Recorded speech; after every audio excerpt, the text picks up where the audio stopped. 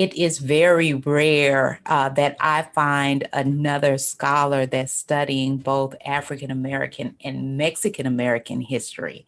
And today we have a great topic for you and a timely topic for you. The whole issue of American race relations and social impact and social change and police misconduct is front and center of the American society right now. And we're having some very important and essential conversations on how to solve some of the social issues that plague our society. Our topic today is civil rights in the city of hate. Black and brown coalitions against police brutality in Dallas, Texas.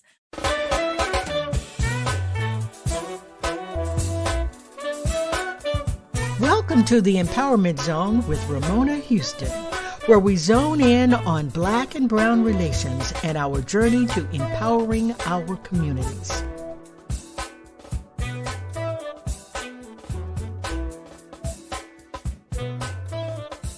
I am absolutely thrilled that we have Dr. Katherine Bynum here today.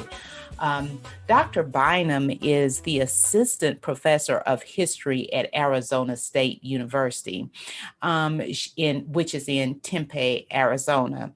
She graduated with a PhD from TCU in Fort Worth, Texas, in the year 2020. So she's a recent graduate. Congratulations, Dr. Bynum. Thank you. And she wrote her dissertation on Black and brown organizing against police brutality in Dallas, Texas. So welcome, Dr. Bynum. I'm so happy to have you on the show today. Well, thank you so much. I really appreciate it, Dr. Hughes. A real privilege to be able to speak with you about and all of the listeners about some of my research and what it is that I'm working on right now.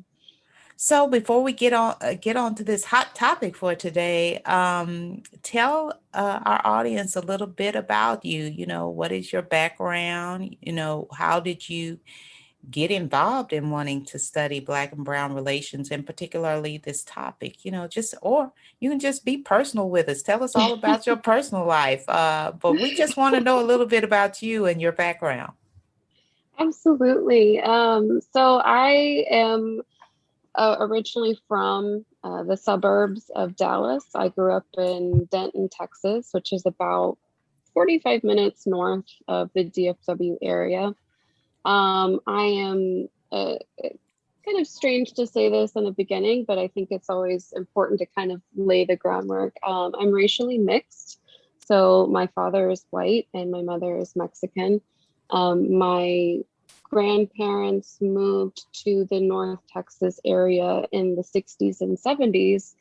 And so experienced a lot of the type of racism that I talk about in sort of my book To Be. And so in many ways, I was drawn to this type of history because of, one, my own personal experience of not getting that history in a school setting, and learning about their experiences with racism, and then also hearing about the more prolific forms of racism in Dallas, especially.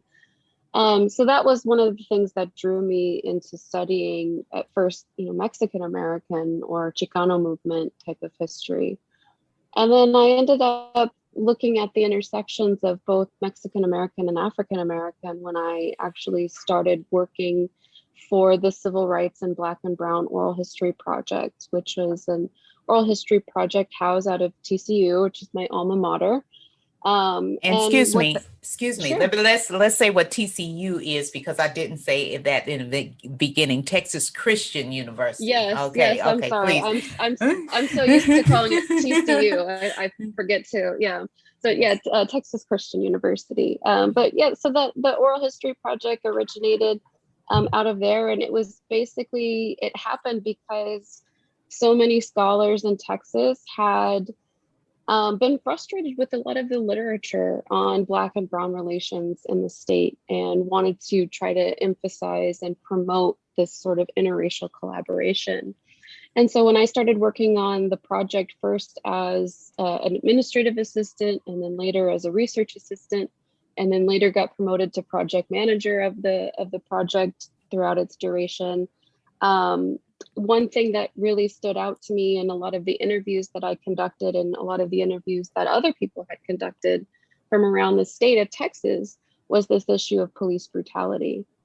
And so, of course, I heard a lot of stories about the Santos Rodriguez murder, who was a 12-year-old in Dallas, who was murdered by a Dallas police officer in 1973. I heard a lot about that case, and a lot of many other cases that have never really made it to media. And so when I was sitting down to think about all of what I had learned over my summers working, my years actually working with this project, it was, I guess, the summer of 2016. And that was in July of 2016.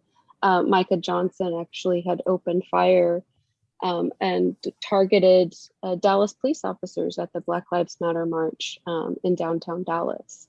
And that really started to get me thinking about this relationship between Black and Brown organizers and the Dallas Police Department, and what it all means, looking at different types of resistance to police violence, looking at different types of organizing. And what I ended up finding in a lot of the historical records, originally I was just going to do a post-65 movement, right? Because that was a lot of the history that I had was able to get from oral history interviews. But when I started looking through their archival records and going back and, finding newspaper records and city council memos and all of these different types of historical documents, my timeline just kept getting pushed back until I said the 1930s. And it is a huge chunk of time. And one of my central arguments of my work is that this issue of police violence, racist policing, has really been central to both Black and Brown civil rights movements. And it hasn't necessarily been the forefront of our consciousness. And it needs to be so central to all of these different discussions, even when we're talking about things like segregation and voting rights. It's a really a central component to why Black and Brown communities were pushing for these different types of rights.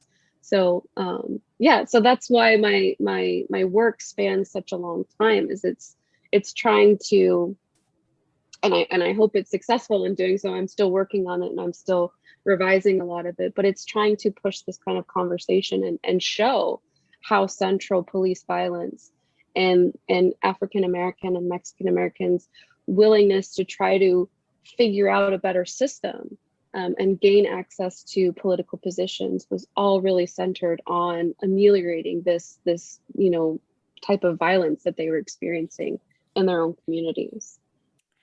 Yeah, that's a very interesting story about being a Texan, being a Tejana, and your personal and professional trajectory, and why you wanted to study this particular topic. And I thank you very much for sharing a little bit about your background with our audience.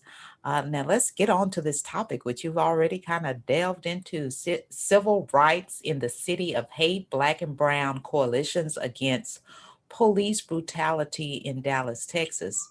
Man, that's a strong word, calling Dallas the city of hate. Are you going to get away with that? Are you going to get away with that? It's actually not mine. Wow. So Black and Brown organizers actually developed that city slogan in the 1960s. And that actually developed because Dallas had become sort of known for its violence against people that didn't necessarily agree with its ultra-conservative politics. So there were a series of scandals that happened in the early 1960s. He was on the road to becoming vice president at that time, but Lyndon B. Johnson was actually, and his wife, Lady Bird Johnson, were actually spat upon when they were leaving a what is it called, a speaking engagement in, I think it was 1960, I believe. So it was right before the election in 1960 with John F. Kennedy. Adlai Stevenson was also assaulted by conservative right-wing groups when he was leaving a speaking engagement. And then, of course, Dallas was also the home of President John F. Kennedy's assassination. Mm-hmm. And during this time period in the 1960s, a lot of city leaders were trying to rebuild the image of Dallas, and were trying to claim this as the city of excellence. And they were trying to move forward with this kind of booster type of image, trying to bring more businesses into the area to bring prosperity and money and all of this type of stuff. And Black and brown organizers were quick to jump on city leaders and saying, this is not the city of excellence, this is the city of hate. We are experiencing widespread poverty, discrimination, segregation, and all of these various forms. So they were the ones that were calling out Dallas as the city of hate. And so, which is why I decided to use it as part of my title, Civil Rights in the City of Hate. That was one of the tactics that they were able to bring to the table in order to try to embarrass city officials into action. Interesting background and story about that. I was like, when I saw the title, I was like, is she going to get away with this in terms of a title of a book or anything? But it makes so much sense to use the words that the people that you study are using and putting it in its historical context. So I have a whole bunch of questions I want to ask you, but please go move forward with telling our audience about your research, and then we'll get into those questions and some of the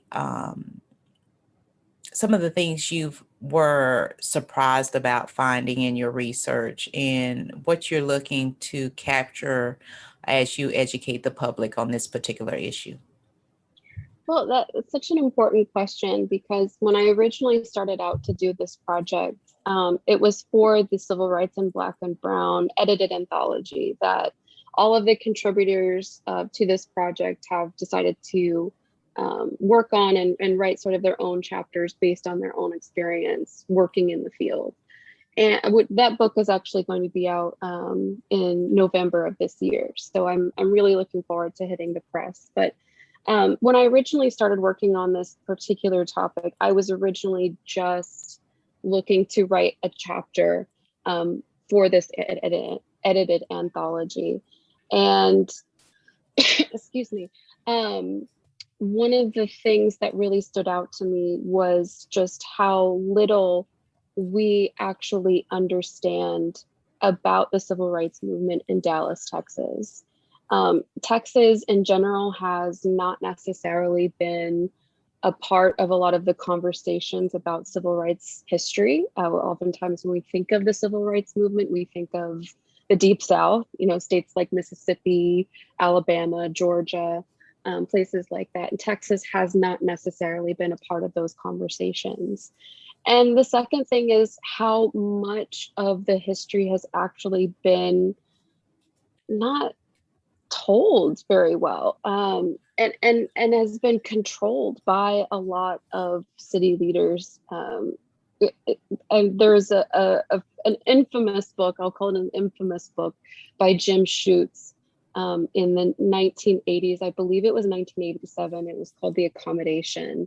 That was detailing the African-American civil rights movement within the city of Dallas.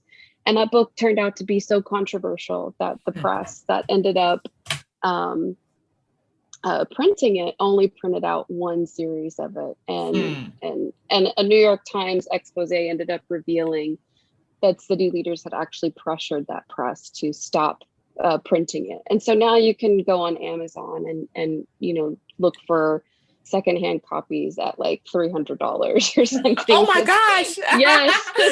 It's so whoever's holding on to these copies, they're wanting to sell them for super high. But anyway, and So there's been very little that has been written upon this about this entire movement. And what has been written has been um, using a lot of sources that aren't necessarily the most robust, in my opinion. So looking at a lot of white newspapers, Dallas Morning News and Dallas Times Herald, which are portraying this type of history from a very white perspective. And so what I ended up doing throughout a lot of my research, of course, was, basing a lot of it on firsthand accounts. So oral history interviews was a huge methodological approach in a lot of this research, but then also looking at some of the sources that a lot of activists themselves either kept or, wrote to in other forms. So I looked at a lot of Spanish language newspapers. I looked at a lot of Black owned newspapers.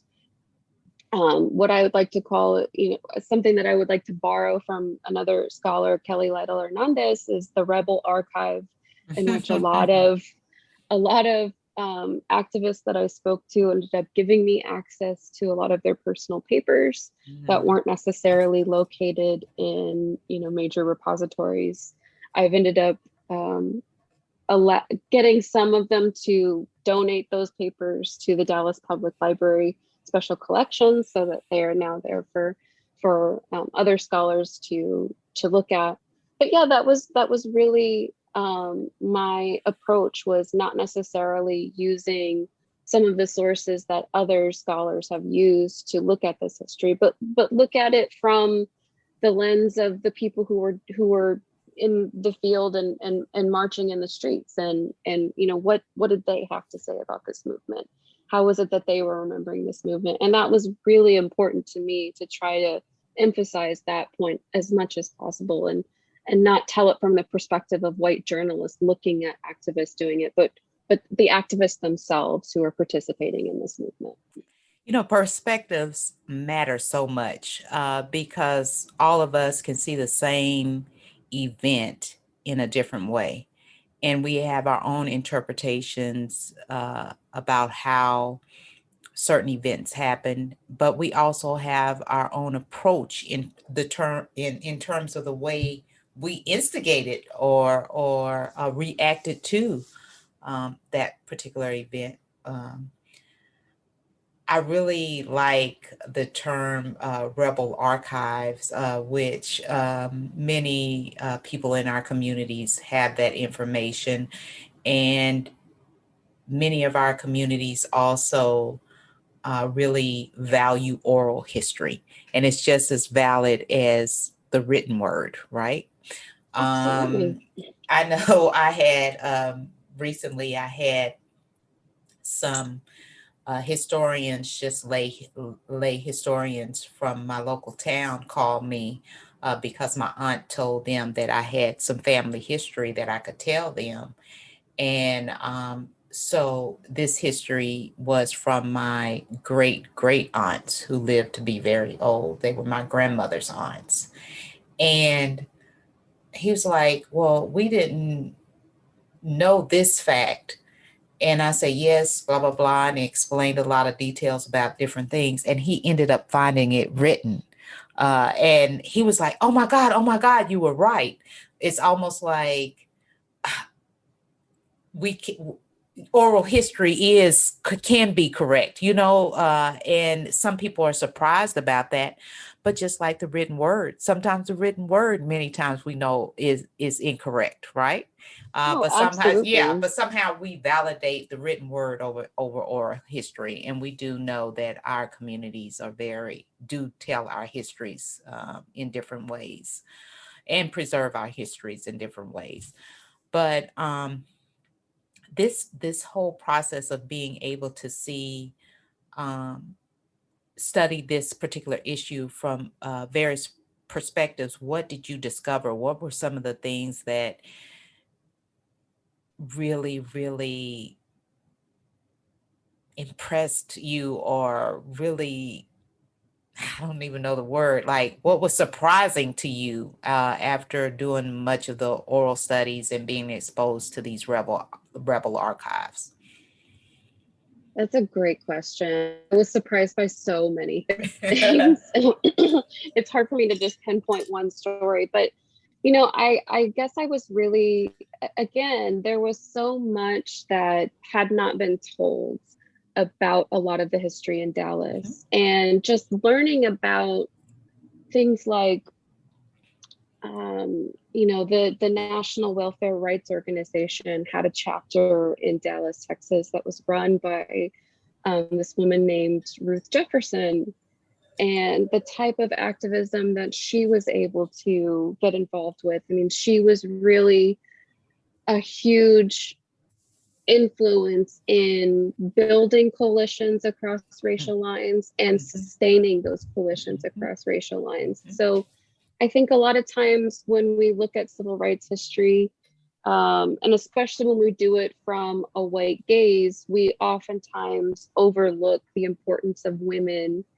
Black and brown women, and their central roles. Like, they're not necessarily the ones that are speaking to large crowds. They're not necessarily the ones that are, speaking to the press, but they are the movers and the shakers of the movement. And just understanding how something like welfare rights organizing was deeply entwined with policing, even, and how sort of her activism, Ruth Jefferson's activism within this one sort of niche in this movement, led her to increased police harassment. And so there was this huge kind of coalition that formed around her to protect her, to try to protect her from this movement. So she had connections with white students at Southern Methodist University, which is the private university in Dallas. She had connections with the Student Nonviolent Coordinating Committee chapter, or SNCC, in Dallas. She had made connections with the local War on Poverty board in Dallas. And so she was really instrumental in bringing together a lot of different forces of activism. And that becomes crucially important in the 1970s. Because there were a series of high-profile police shootings that led to this kind of interracial collaboration and this large protest movement that we see develop as a result of her organizing. And when I originally encountered Ruth Jefferson's name, it was through an oral history interview, and so I started asking around other people, what can you tell me about this woman?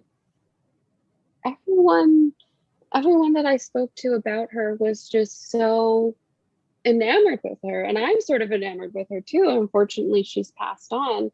But when I was trying to figure out how to connect this story, this very important story about welfare rights, I didn't quite know how it fit into this larger conversation until I started to look at what happened after, right? Like, what happened in the 1970s, and how a lot of her cross-racial collaboration is what sustained and influenced this protest movement against police brutality in the 1970s to really flourish. So that was one of the more surprising stories, just linking up something that seems so disconnected from this issue of police brutality, which is welfare rights, but then understanding that it was fundamental to sort of the coalitions that are being built as a part of this movement. So looking at those coalitions, from your assessment and the research you've done, how successful were Black and Brown efforts to create social change together? Did we work together according to your research? If we did work together, how did it work? Let's go with that question. And then a follow-up question is, were those coalitions that were successful, how were they able to sustain themselves and stay coalitions?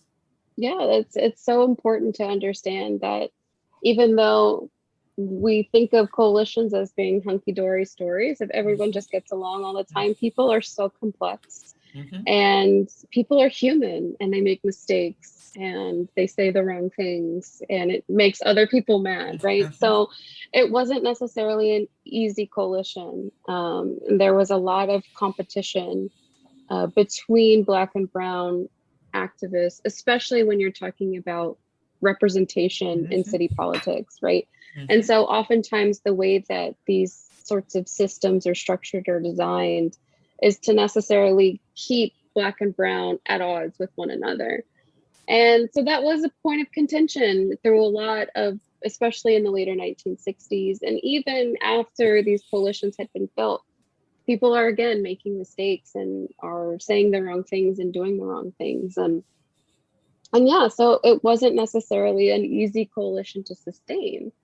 But the way that they're able to kind of overcome that is again by looking at sort of the bigger picture and saying, we both have these structural issues of lack of representation. And we feel like the way that we're going to be able to implement a lot of these changes, especially in regards to police brutality, is that if we get a position of power, we get into positions of power.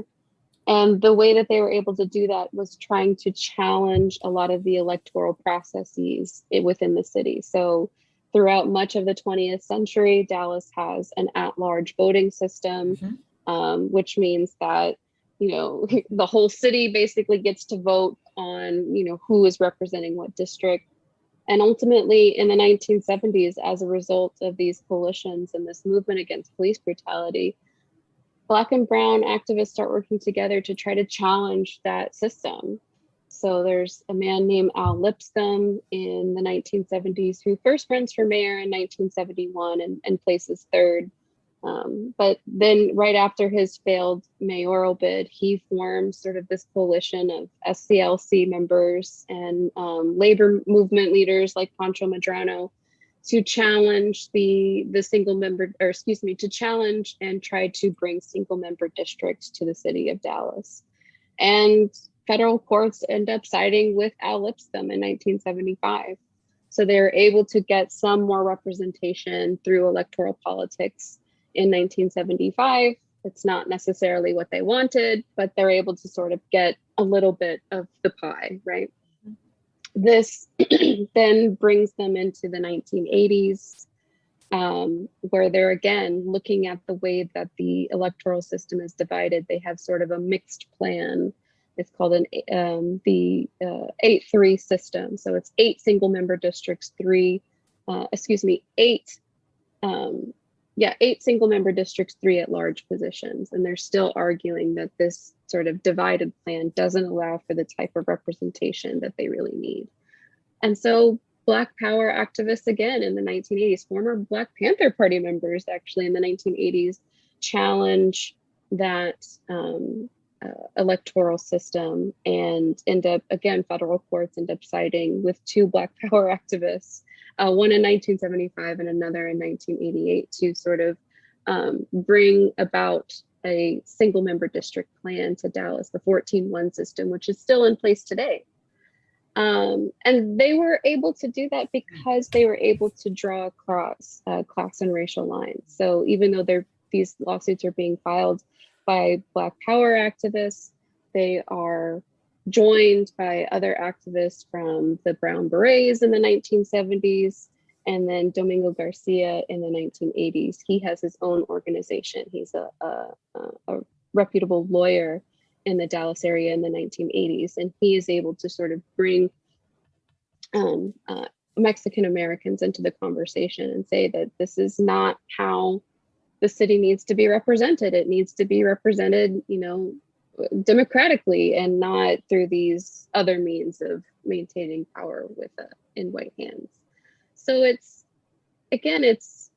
there's a lot of confrontation. There's a lot of people stepping in and out of the movement for various reasons. Mental health reasons are a big one for a lot of activists. Of course. A lot of the people that I'm dealing with, you know, were movement activists in the 1970s and really get burned out by the 1980s because they're facing this uphill battle. They feel like they're not getting anywhere. So a lot of people are stepping in and out of the movement. They're not robots, right? Like they're people just like you and me. And I feel like it's important to bring that to the forefront, because I feel like, especially lately, we've been having a lot more conversations about the impact of mental health on what we're able to do. So that was a huge issue for a lot of activists, and continues to be.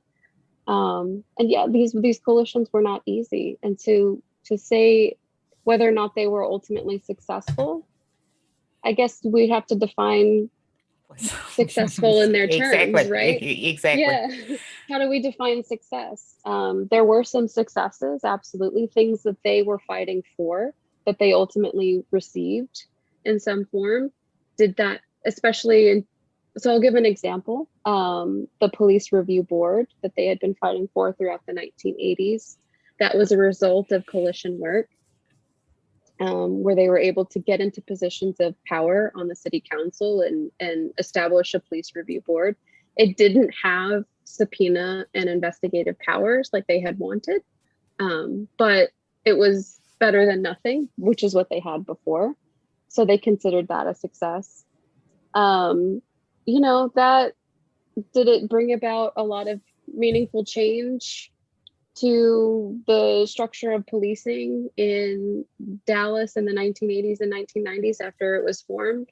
Not really. Police, as we've seen, have continued to, shoot first and ask questions later, have continued to, act violently toward communities of color. And a lot of these cities, I'm not just talking about Dallas, but a lot of these cities have police review boards in place.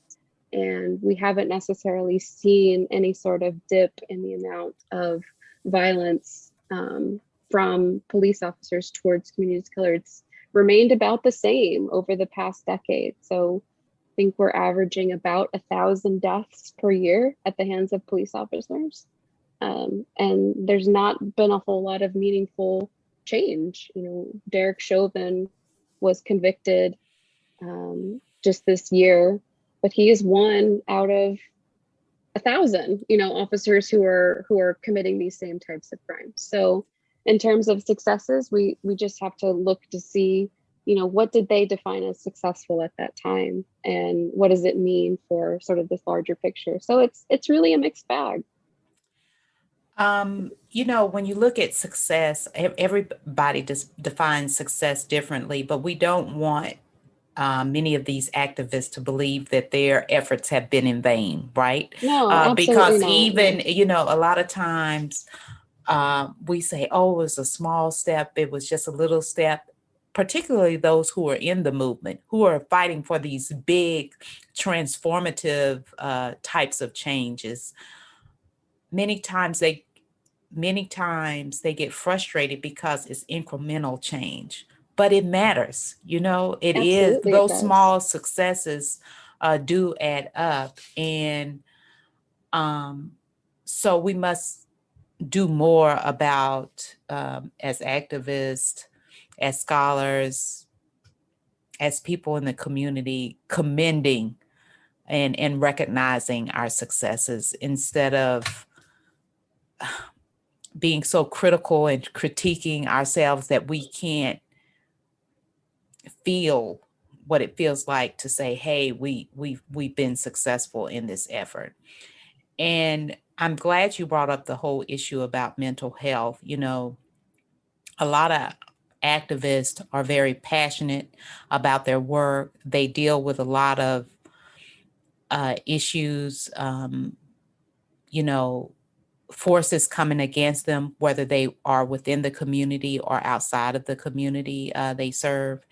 And it takes a lot. It takes a toll on family. It takes a toll on your physical health. And that is a discussion that we really, really need to have in the community, is the importance of taking care of your mental health during the times that you're doing community activism. So I like the fact that you stated, hey, some go in and out, because you go in, you fight hard, you come out and rest, just like a basketball game, a football game. You go in and out. You're not playing the full 60 minutes or all four quarters. Consistently, you're taking a rest. One thing I do want to ask you, I have two questions. after you have looked and analyzed this from various perspectives in terms of policing and police misconduct, what have you found is the reason or the reasons that you have such police misconduct, and why Black and brown people primarily are victims of police violence? What what is the purpose of police violence, in your opinion? I have my own opinions, but I really am interested in hearing what you think as a scholar studying the papers and talking to people. What do you think is the reason um, for the police violence against people of color? Well, in short, it's in order to maintain a system of white supremacy in the nation. I mean, it's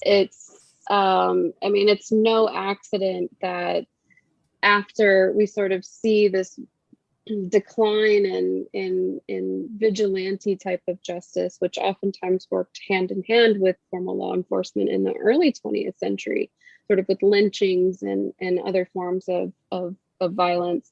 It's no accident that we start to see the shift from sort of out of law type of justice to formal law enforcement type of justice. And that is really the prime reason as to why people who don't fit in with sort of these norms of white male supremacy are often the ones that are targeted or neglected by policing agencies. So it's ultimately, policing has been a mechanism of maintaining white supremacy throughout our history, and not necessarily just within this kind of small confines of the 20th century. It's been a much larger struggle. But I think it sort of what you brought up last time is, we don't want to say that activists who are continually challenging policing are failing in these sorts of terms. And that was never, what I was trying to say. Oh, It's no, just I didn't that, get that.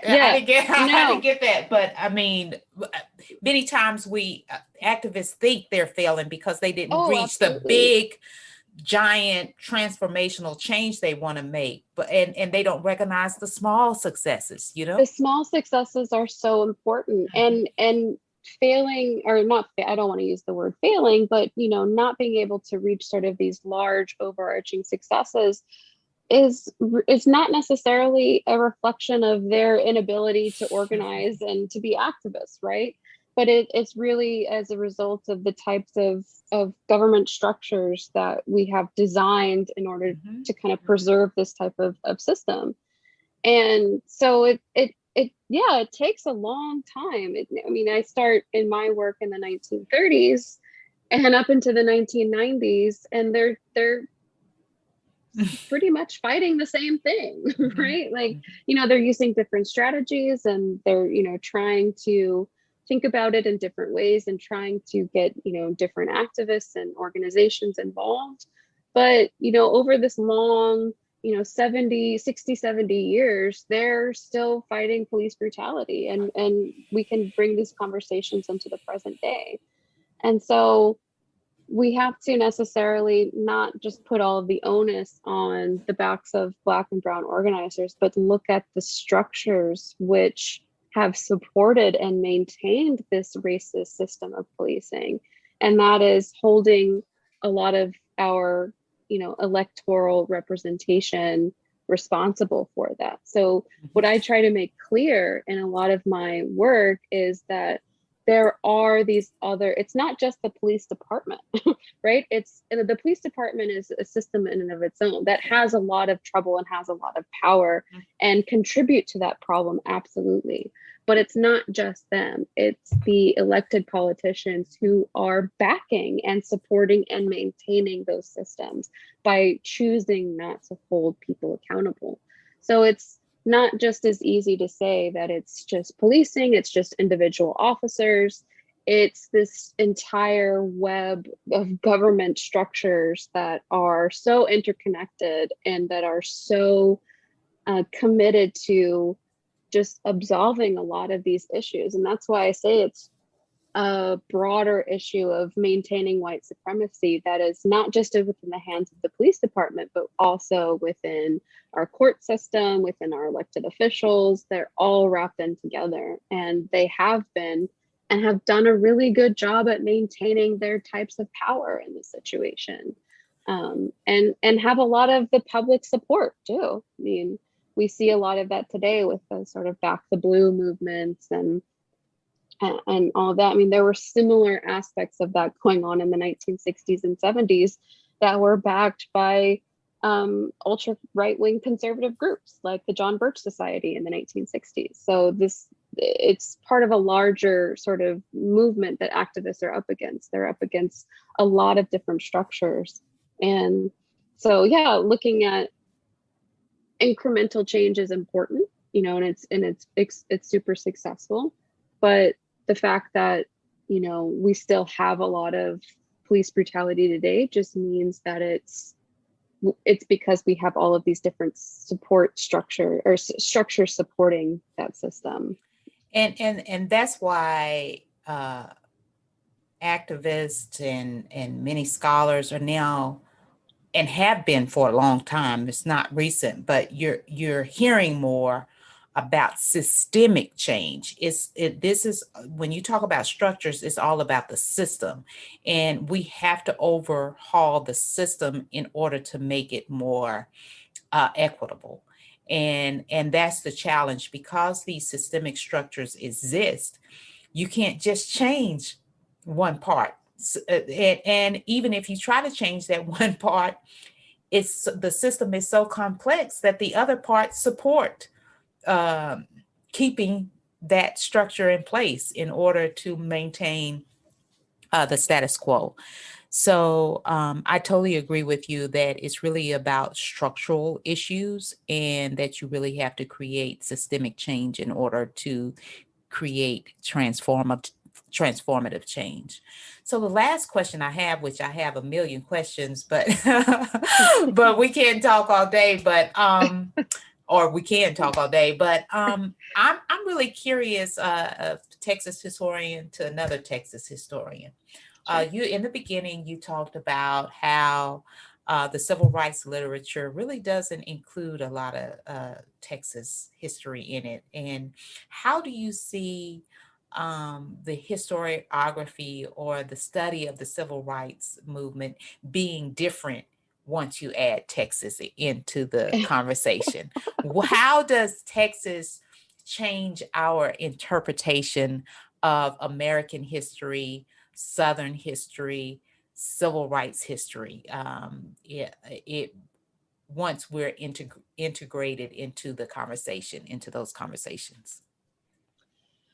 Well, what I like to think about civil rights history, broadly defined, is really a history of United States 20th century race relations. I mean, this isn't, I don't necessarily want to think of civil rights being solely of the South or unique in Texas or unique, to a lot of different locations.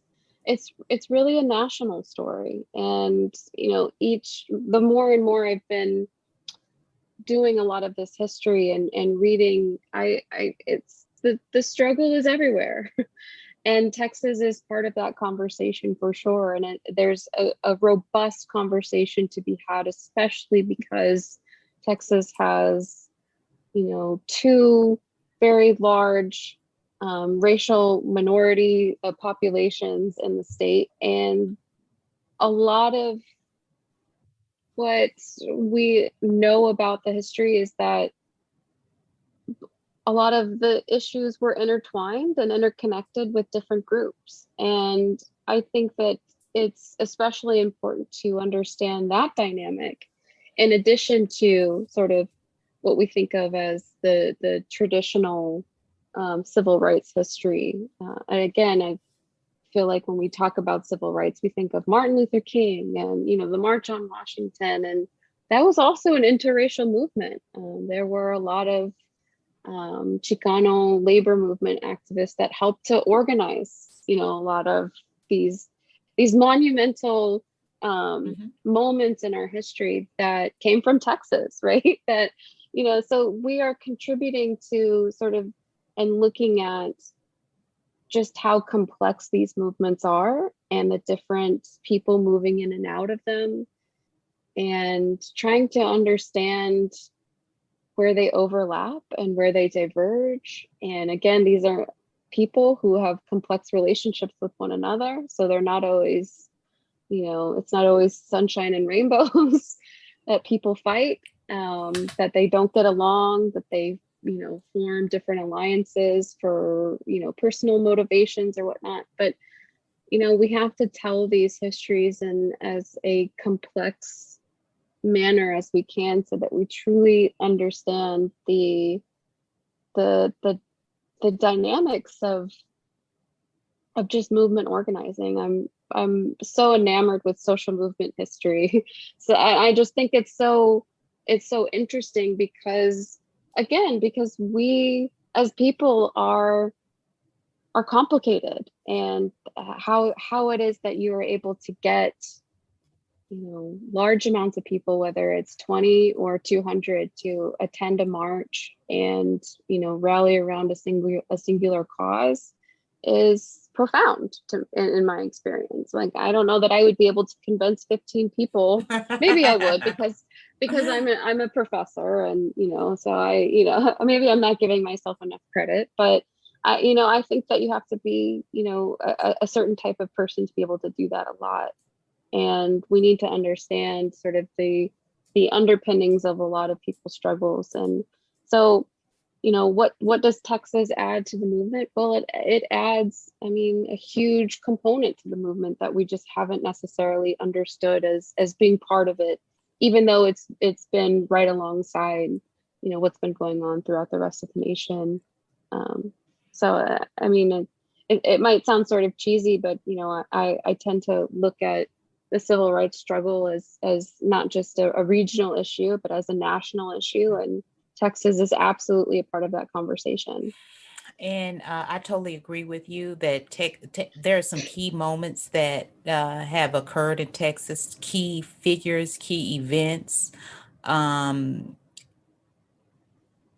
and I do agree with you that adding Texas really shows the complexity of the civil rights movement. But I think Texas, in my study of Texas, it really changes the conversation to really look at how the civil rights movement involved both the African American and Mexican American communities, and that those movements were intertwined when normally in history we study them as separate movements.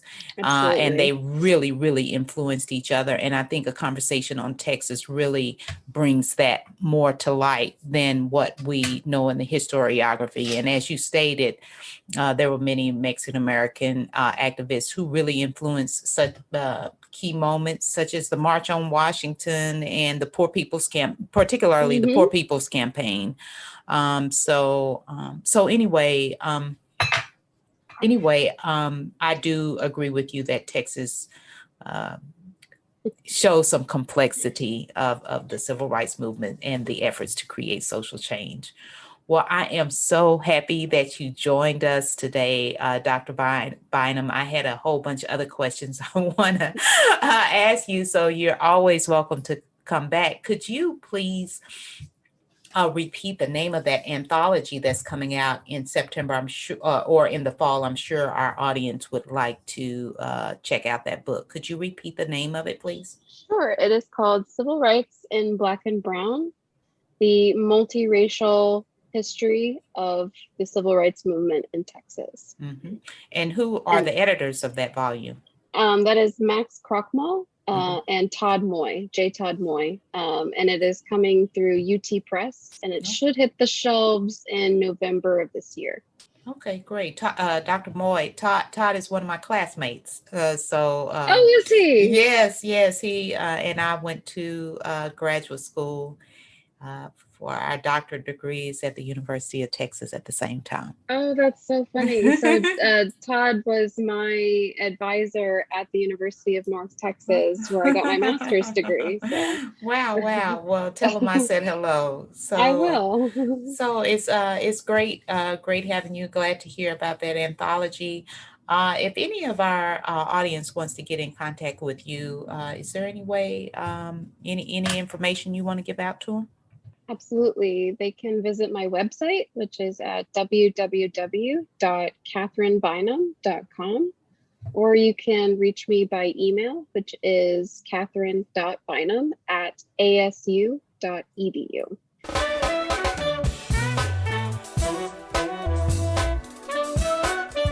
Dr. Bynum, can you tell us what college or colleges did you attend? What were your majors, and what is that one strategy you would give students in order to be successful in college? Sure. Yes. I attended the University of North Texas in Denton, Texas for both my bachelor's and my master's degree. So for my bachelor's, I majored in history with a minor in psychology. And then for my master's degree, I was a history graduate student. For my PhD, I attended Texas Christian University, or TCU, and graduated there in 2020. So during the pandemic. So my one strategy for college success,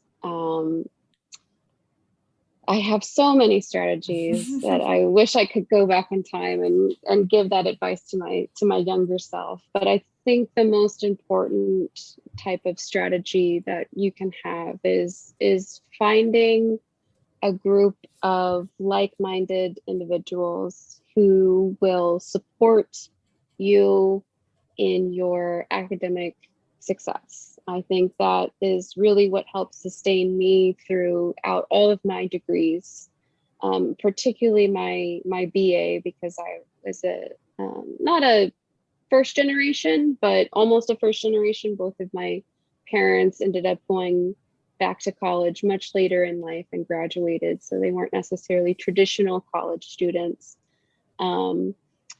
But I feel like that was extraordinarily important for me, was to find a community of people who were in similar circumstances like myself, who I could go to for advice, who I could go to bounce ideas off of, who I could go to, just if I was having a hard day or wanted to have fun. It was an all-inclusive type of community. That was really important to me.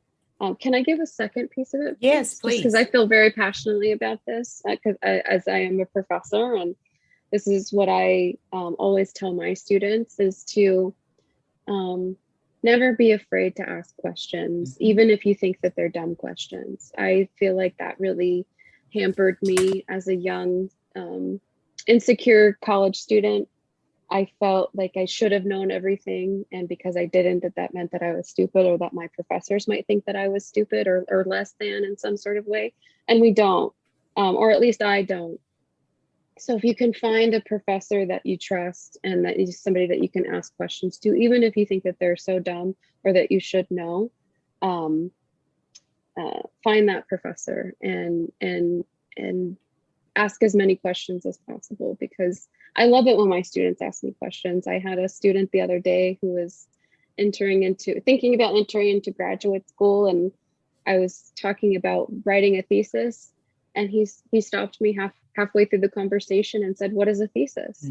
And then he said, "Is that a dumb question?" And I said, "No, absolutely not." I didn't know what it was either, and I never asked anyone, and I'm so glad that you asked. A lot of times we, as academics and professors, just think that everyone knows this information because we are just so accustomed to talking about it. But it's always good to be reminded that we need to also explain things and help other students understand what it is that they need to do to be successful. So those are my two pieces of advice, would be to find a community of like-minded individuals who are going through the same processes that you're going through, and then also never be afraid to ask questions. And finding a professor that is willing to help you in that area. Great advice. Find you a community of supporters and don't be afraid to ask questions. Thank you so much, Dr. Bynum, for that great advice. I know it's going to be very helpful to many students. Thank you so much. A special thank you to the incredible team of the Empowerment Zone. Terry Gully, theme song. NADWorks, digital support, and of course, our featured guest. If you enjoyed my podcast, please subscribe. We are on all of your favorite podcast platforms. Be sure to rate us on Apple Podcasts too. Thank you for your continued support.